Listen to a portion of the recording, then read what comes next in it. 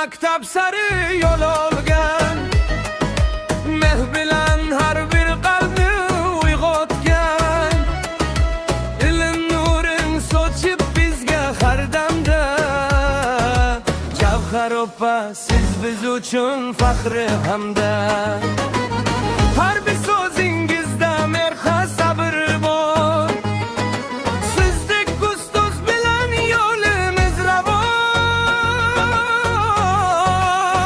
Rahmat sizga aziz ustoz, qalbimizdan nurli ovoz berayotgan bilimingiz bizga eng katta bir so'z. Kelajakka yo'l ko'rsatib orzularni yo'g'arsiz. Javhar opa berdingiz, doim qalbda yashar biz.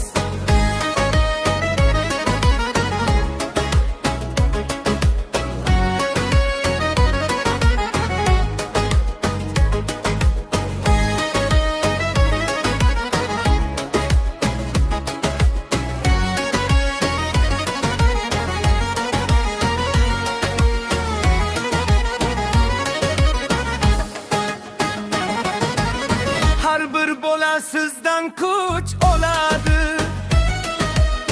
ishonch bilan oldinga boradi. Jon dildan siz harakat qilasiz, kelajakni birga qurmoqdasiz. Sabringizdan o'rnak olsak biz har kun, siz tufayli yorug' bizning ertamiz bugun. Rahmat sizga aziz ustoz.